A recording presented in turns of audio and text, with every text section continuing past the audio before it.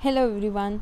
तो जैसे कि आपको पता ही है कि हमारा सेकंड चैनल है जिसके अंदर हम साइकोलॉजी रिलेटेड जॉब अपॉर्चुनिटीज़ की बात करते हैं। वो नौकरियां जो स्पेशली गवर्नमेंट सेक्टर में हैं, क्योंकि बहुत कम नौकरियां आती है गवर्नमेंट सेक्टर में। सोशल और प्राइवेट सेक्टर की भी बात करेंगे, लेकिन ज़्यादातर फोकस हमारा गवर्नमेंट जॉब्स पे रहेगा। तो अगर आपने चैनल को सब्सक्राइब नहीं किया है तो कर लीजिए, ताकि सबसे पहले आपके पास नोटिफिकेशन चली जाए और आप उस जॉब के लिए अप्लाई कर लें। कई बार जॉब्स ऐसी होती हैं जिसमें सिर्फ 50 एप्लीकेशंस ही एक्सेप्ट करते हैं, तो अगर आप 50 हो जाते हैं तो एप्लीकेशन प्रोसेस ही बंद कर देते हैं। तो इट्स वेरी वेरी नेसेसरी कि आपके पास सबसे पहले नोटिफिकेशन जाए और सबसे पहले आप उस चीज़ में अप्लाई कर दें। तो ये जो हमारी जॉब नौकरी आई है वो Indian institute of technology IIT Jodhpur में आई है। बहुत अच्छी आपको IIT का पता ही है, इंडिया में IIT सबसे टॉपर हैं। ये जोधपुर में है, राजस्थान।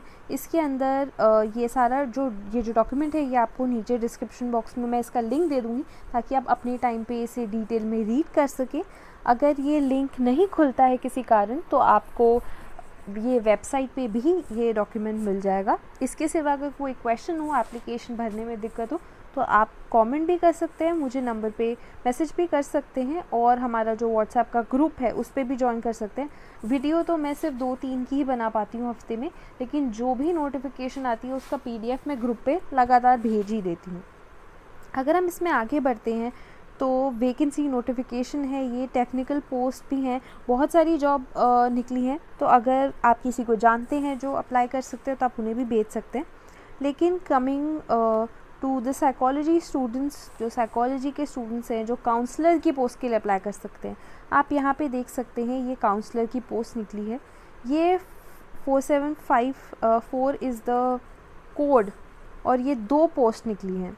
तो बहुत कम वो है, इसका नौकरियों बहुत कम पोस्ट निकली हैं, लेकिन इसका लेवल बहुत अच्छा है। लेवल 10 है और इसका 56,000 रुपीज़ है। अभी तक का सबसे ज़्यादा जो पे है, जो सैलरी है, वो सबसे ज़्यादा अभी तक इसी की है, 56,000। ठीक है, तो आप और भी अगर आप हिंदी ऑफिसर या किसी को जानते हैं तो आप उनको ये नोटिफिकेशन या ये वीडियो फॉरवर्ड कर सकते हैं। ठीक है, लेकिन स्पेशली काउंसलर्स के लिए है, साइकोलॉजी स्टूडेंट्स। अब अगर हम आगे चलते हैं तो इसके अंदर हम एलिजिबिलिटी क्राइटेरिया की बात कर लेते हैं, वो सारी रिक्वायरमेंट्स की बात कर लेते हैं जो नेसेसरी हैं in order to apply for this post. इसके अंदर ये तो सारी सीनियर टेक्निकल असिस्टेंट, जूनियर, ये टेक्निकल पोस्ट है, मैकेनिकल इंजीनियरिंग की, ये सबसे हमारा कोई लेना देना नहीं है।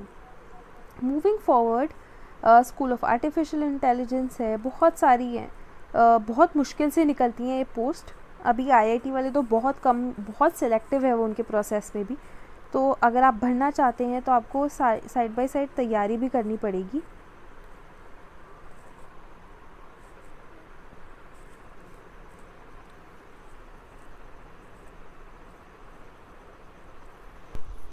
तो ये हमारी जो है पोस्ट एडमिनिस्ट्रेशन पोस्ट है काउंसलर की, ये आप देख सकते हैं।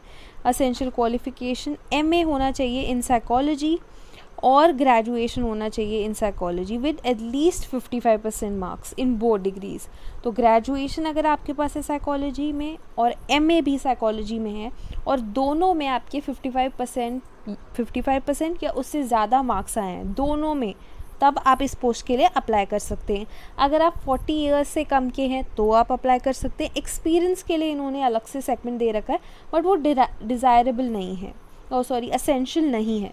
तो अगर आपके पास नहीं है एक्सपीरियंस तो भी आप अप्लाई कर सकते हैं, ऐसा नहीं है कि एक्सपीरियंस होना मैंडेटरी है।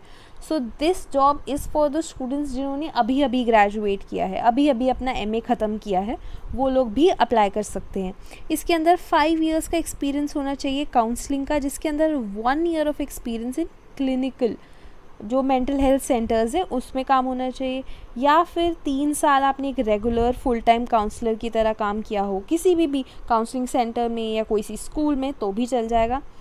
Require good oral written an ability to communicate adequately, अच्छे से आप बात कर सकते हैं। वो वो स्किल्स जो हैं एक IIT में वर्क करने वाले इंडिविजुअल के जो मैंडेटरी है, वो तो आपको आई थिंक हर जगह काम आएंगे, सिर्फ IIT में नहीं, हर जगह जहाँ पे भी आप देखते हैं वो ये देखेंगे कि आप ढंग से बोल पा रहे हैं, लिख पा रहे हैं, अपनी बात समझा पा रहे हैं, ये सारी चीज़ें।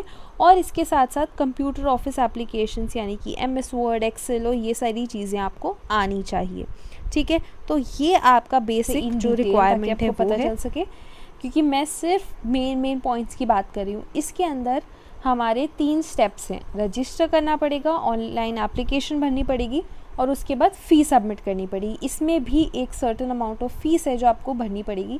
ये जनरल इंस्ट्रक्शंस है, ठीक है। ये आप पढ़ लीजिएगा वरना ये वीडियो बहुत लेंथी हो जाएगी।